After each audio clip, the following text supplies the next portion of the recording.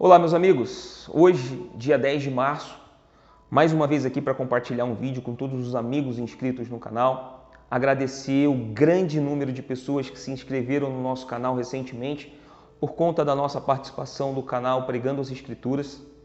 Hoje eu queria falar sobre salvação.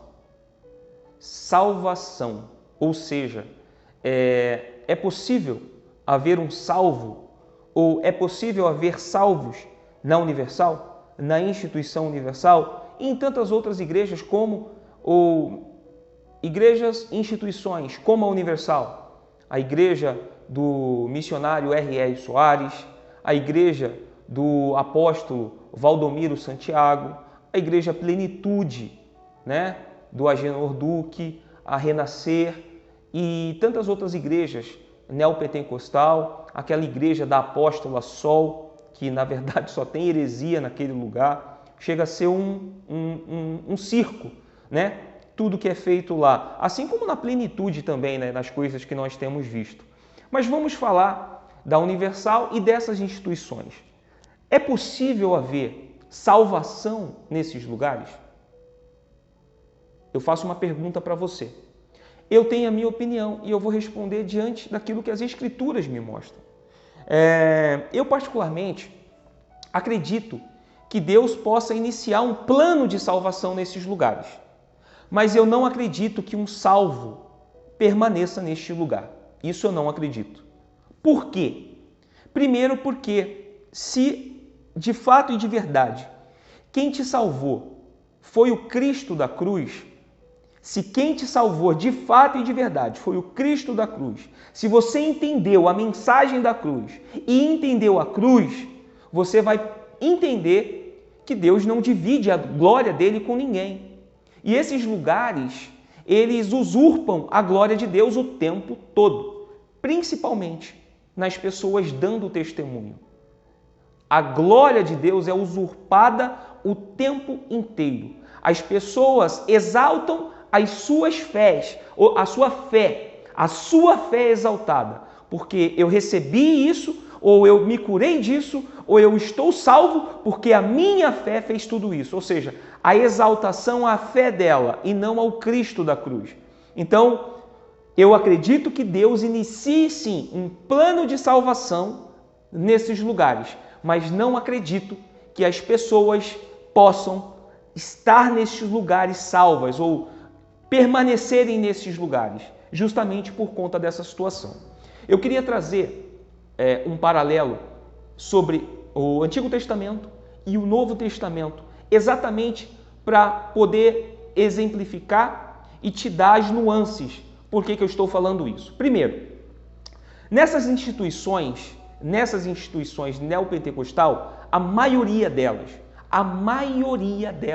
pregam isso, que todas as vezes que o ser humano erra, é influência do pecado ou o diabo que é o responsável daquela falha, Você traiu a sua esposa? Você, esposa, traiu o seu marido?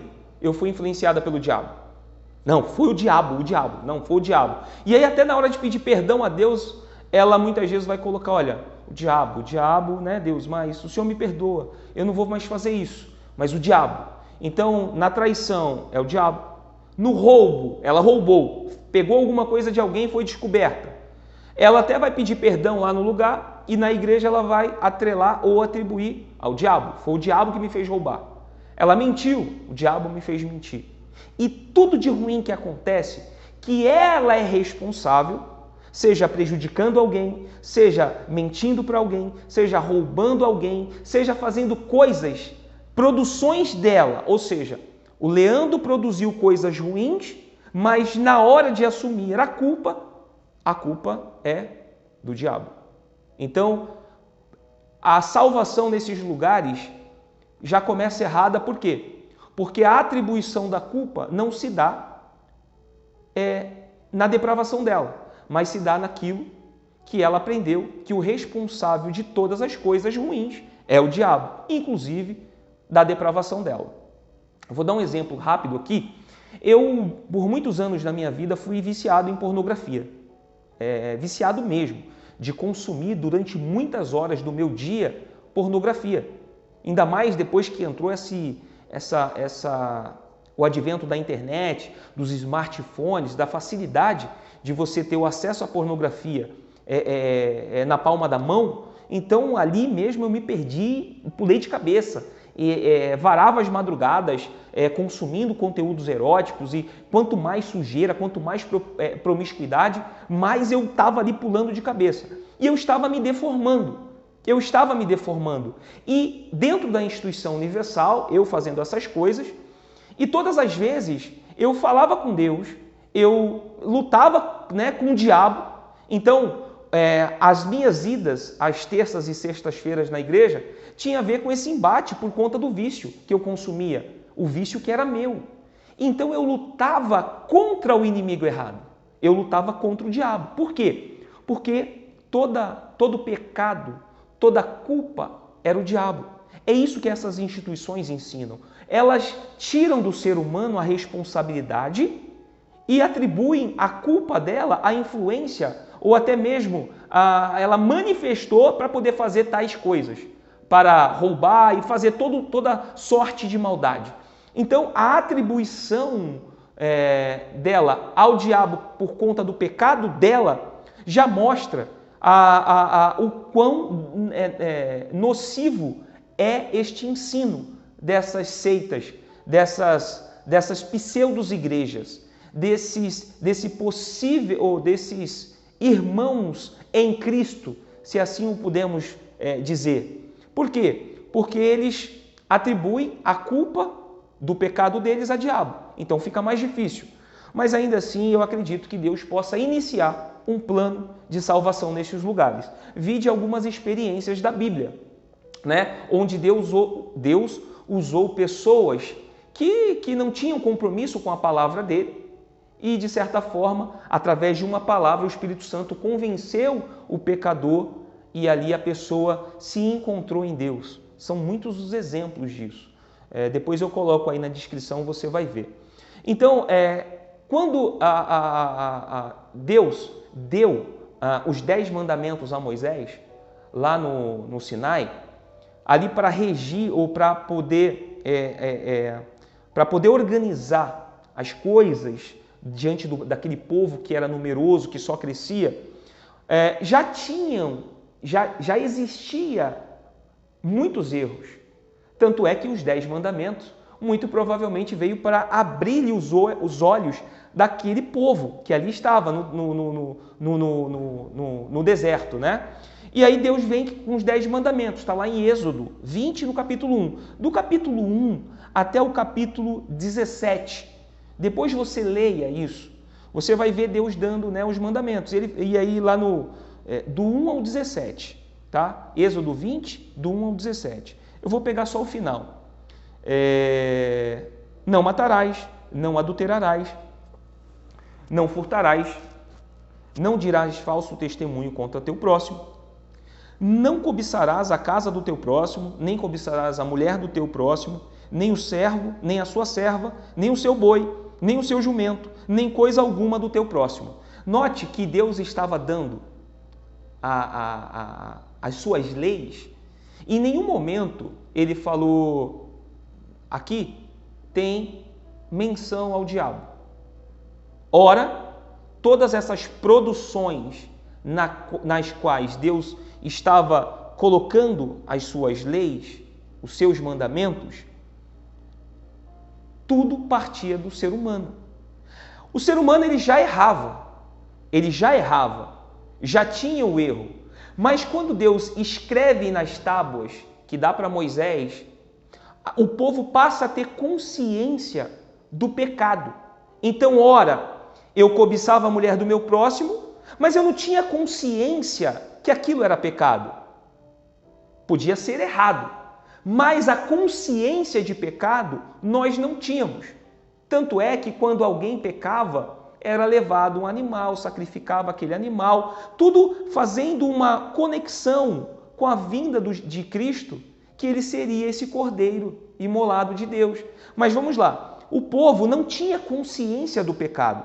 Quando Deus institui as leis, o povo passa a ter consciência do pecado. E aqui agora, o pecado não era mais, como é que eu posso dizer? O pecado não era mais segredo ou não era mais oculto, era um pecado que as pessoas tinham consciência do que era certo, do que era errado e aquilo que agradava a Deus. Então as leis foram dadas justamente para mostrar que nós não conseguiríamos cumpri-las. Nós não conseguimos cumprir as leis.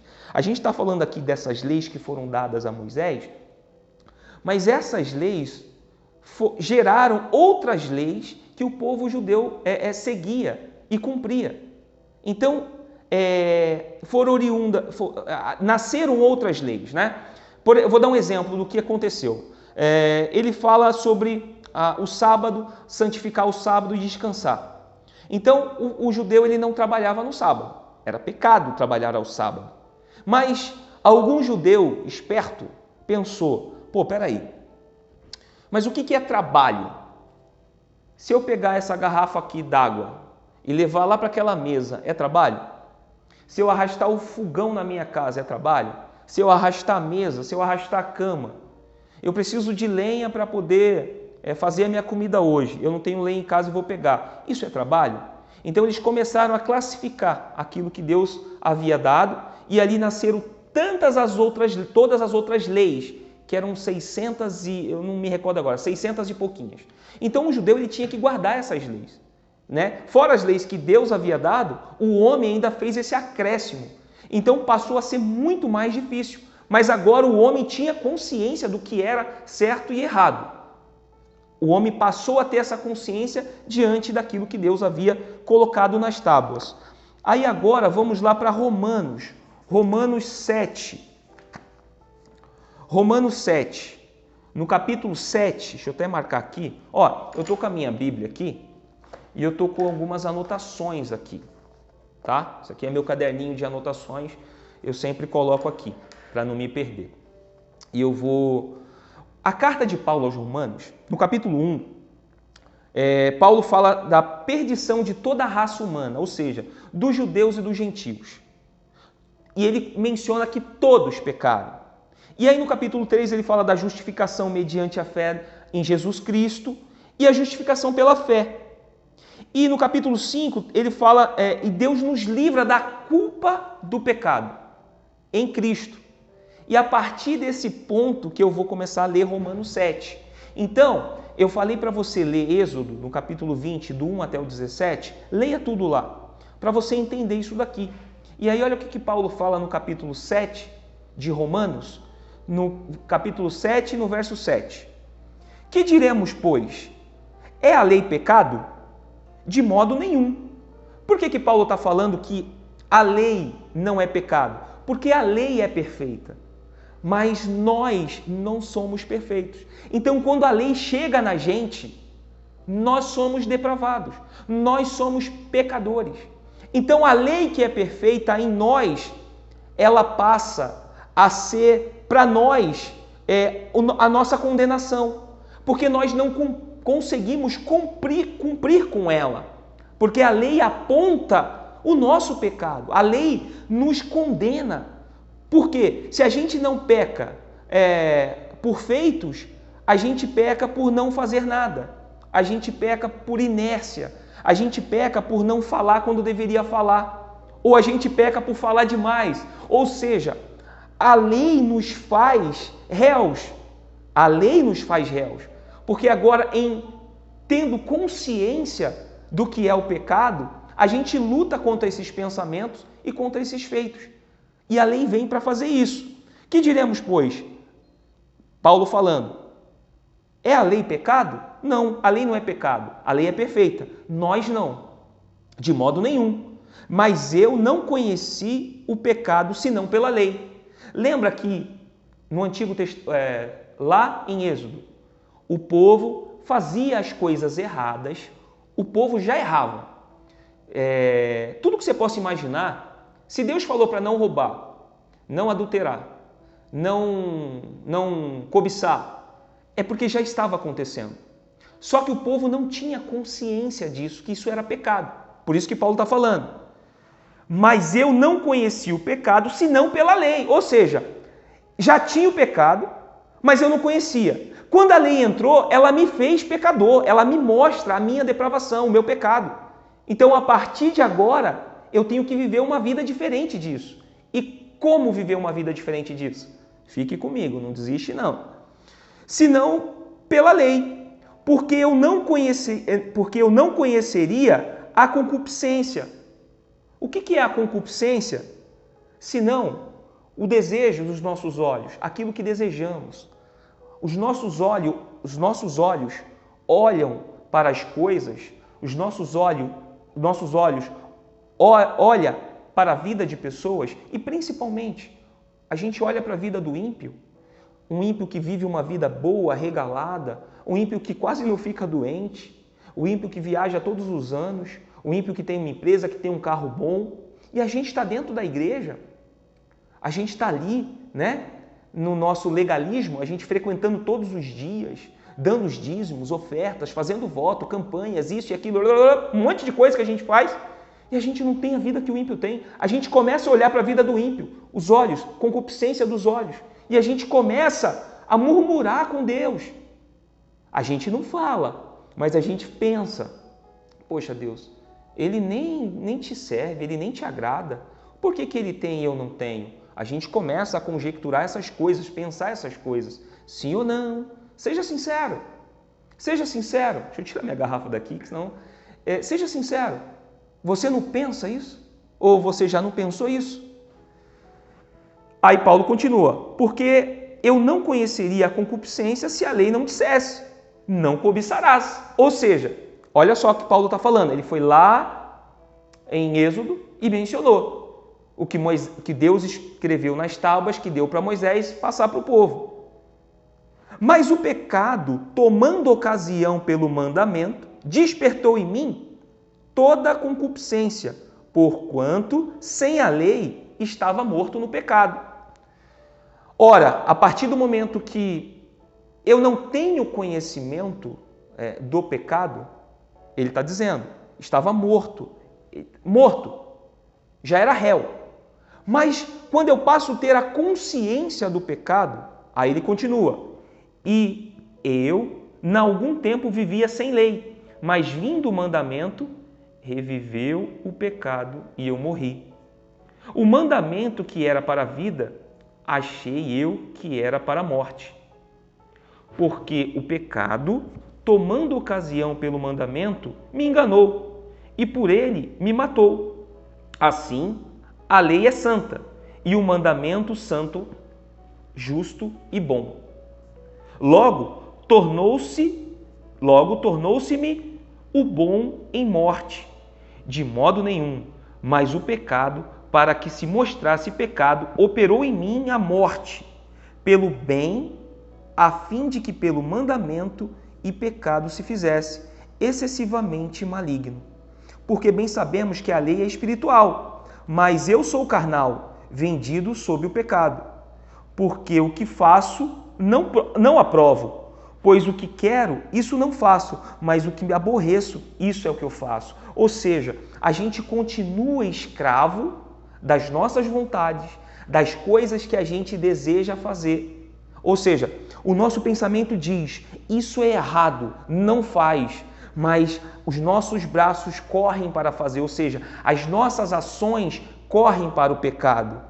Então, quando Paulo fala desse conflito sobre o que ele sabe o que deve fazer e não faz, é justamente isso. Nós estamos escravos da lei, nós estamos debaixo da lei, mas aí ele continua.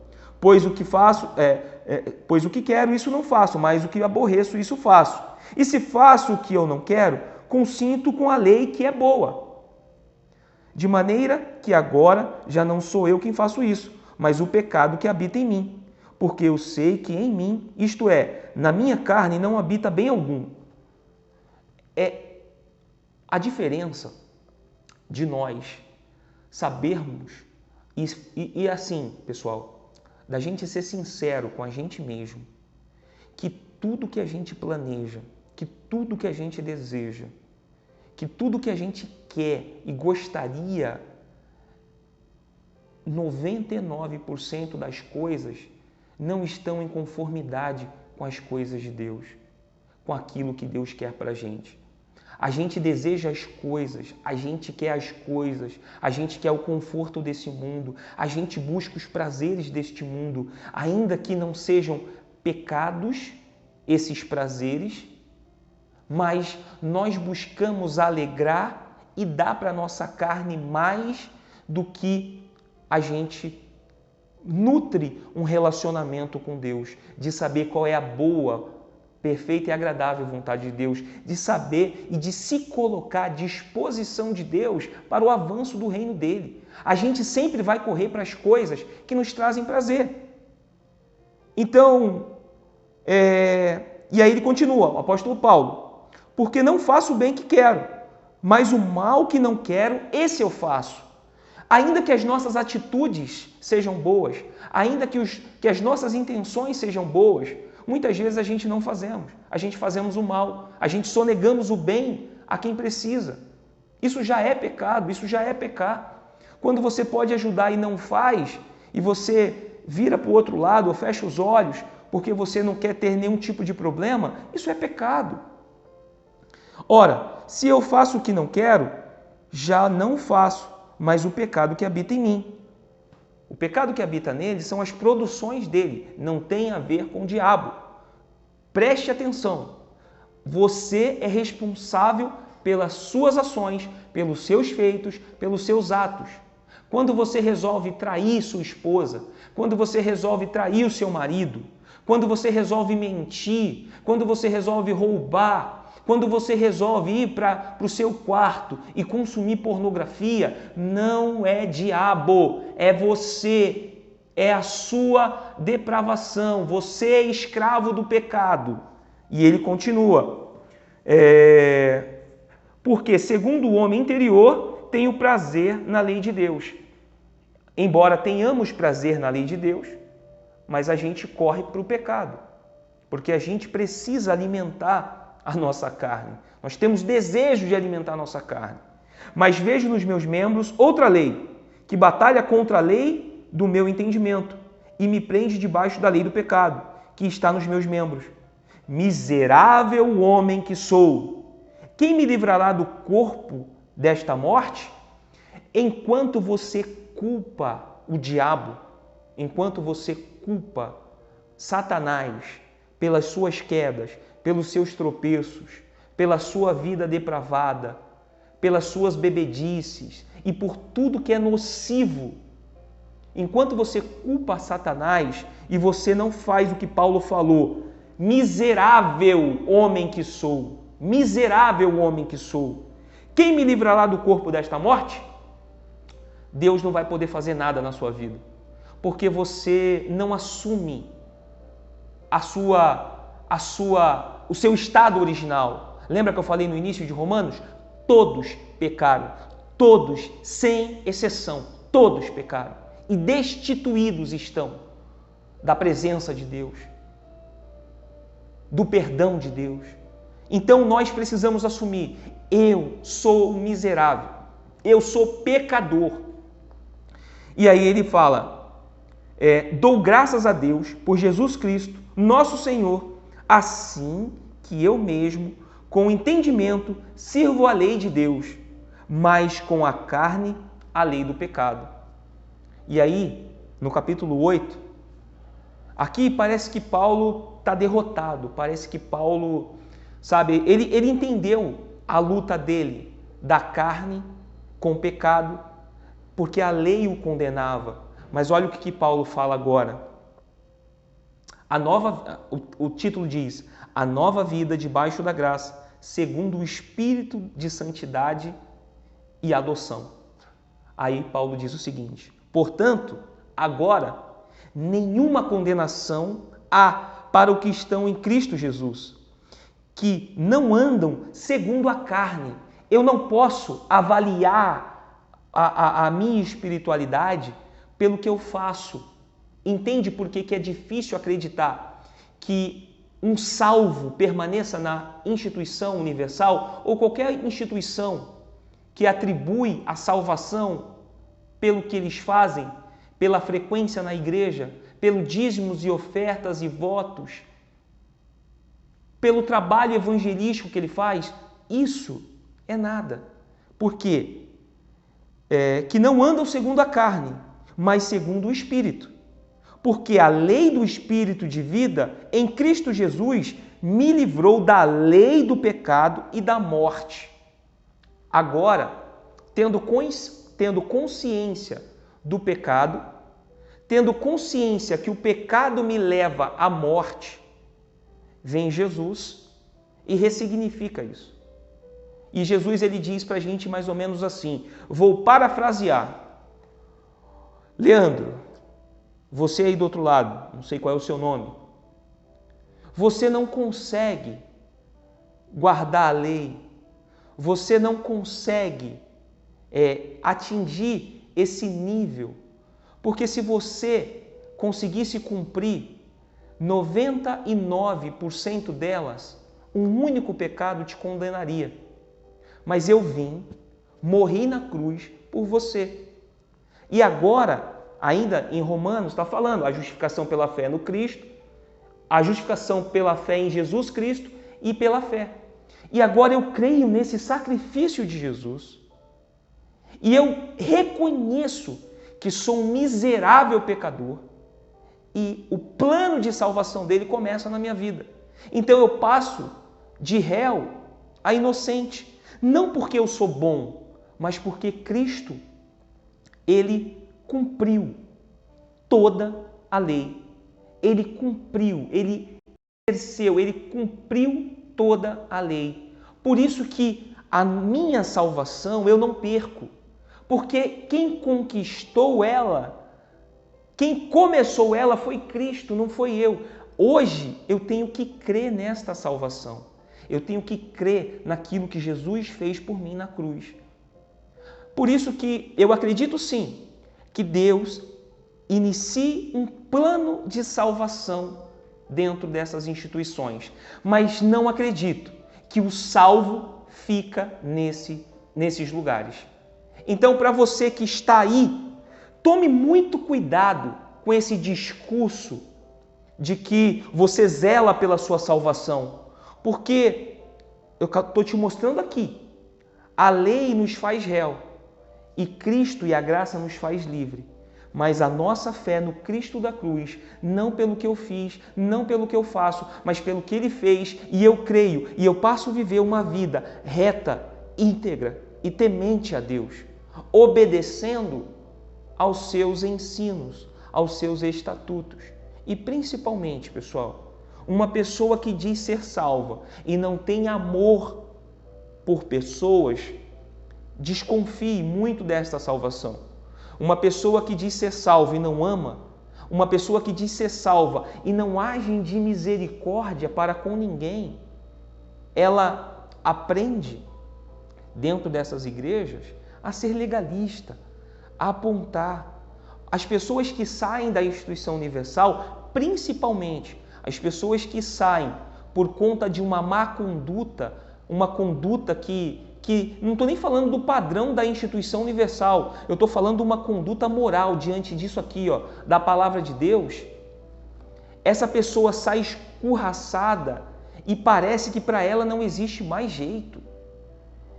A pessoa passa a virar um câncer, ela passa a ter lepra. Isso quando sai com pecado.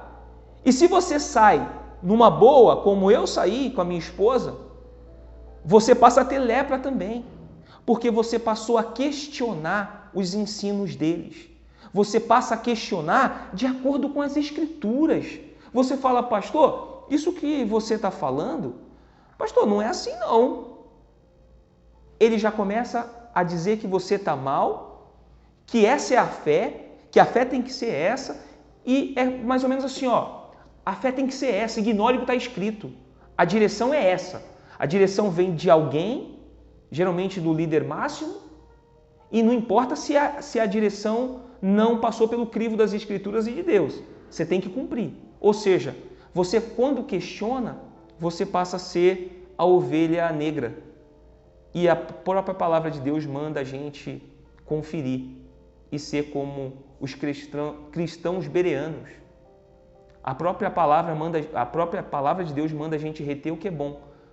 Mas quando a gente fala de heresias e ensinos heréticos, não tem como a gente ter participação nisso. Não tem como a gente ser conivente com isso. A palavra de Deus manda a gente combater. Julgar segundo a reta justiça. Que justiça? Que reta justiça? Não a justiça de homens, não a justiça do Leandro e não a justiça da instituição que o Leandro frequenta, mas a justiça que Deus vai utilizar com a pessoa é a mesma justiça que vai utilizar comigo. Então, eu aplico para ela a justiça que eu gostaria que Deus aplicasse para mim, que eu quero que Deus aplique para mim. Porque se eu aplicar uma justiça mais pesada e colocar um fardo mais pesado nas costas do meu irmão, certamente eu vou responder isso diante de Deus. Então, aí sim, o meu julgamento é hipócrita. Mas se eu julgar segundo a reta justiça, com os padrões da palavra de Deus, com o padrão dos evangelhos, da graça, da misericórdia de Deus, eu vou saber ser justo com essa pessoa. Eu não vou ser conivente com o pecado dela, mas eu vou sempre ter uma palavra de vida. Vou segurar na mão e falar, vem, eu estou com você. Procura não errar mais, mas hoje você errou, amanhã pode ser eu. E a própria palavra de Deus manda a gente, tomar cuidado. Aquele que está de pé, cuide para que não caia. Então, não ache você que as muitas informações não pode fazer com que você tropece em algum momento. Tome cuidado, vigie, tome cuidado com o que você ouve, com o que você faz. Tome cuidado no secreto e certamente Deus ele vai nos trazer vida, vai nos trazer esperança. Eu não gosto muito dessa palavra, mas Deus vai honrar a nossa caminhada. Deus vai honrar o nosso sacrifício. E aqui o sacrifício não tem a ver com dar as coisas, mas de renunciar em prol do amor que a gente tem por Deus. Eu louvo e agradeço a Deus pelo que Ele fez por mim, não pelo que Ele vai fazer, porque era para eu ser escravo ainda do pecado, mas porque Jesus veio e morreu na cruz por mim. Hoje, o pecado não tem mais poder sobre mim. Continuo sendo pecador, mas já não mais escravo do poder do pecado. Então, que Deus possa abençoar cada um de vocês. Para você que não é inscrito, se inscreva e compartilhe os nossos conteúdos, tá bom? Até uma próxima e Deus abençoe a todos.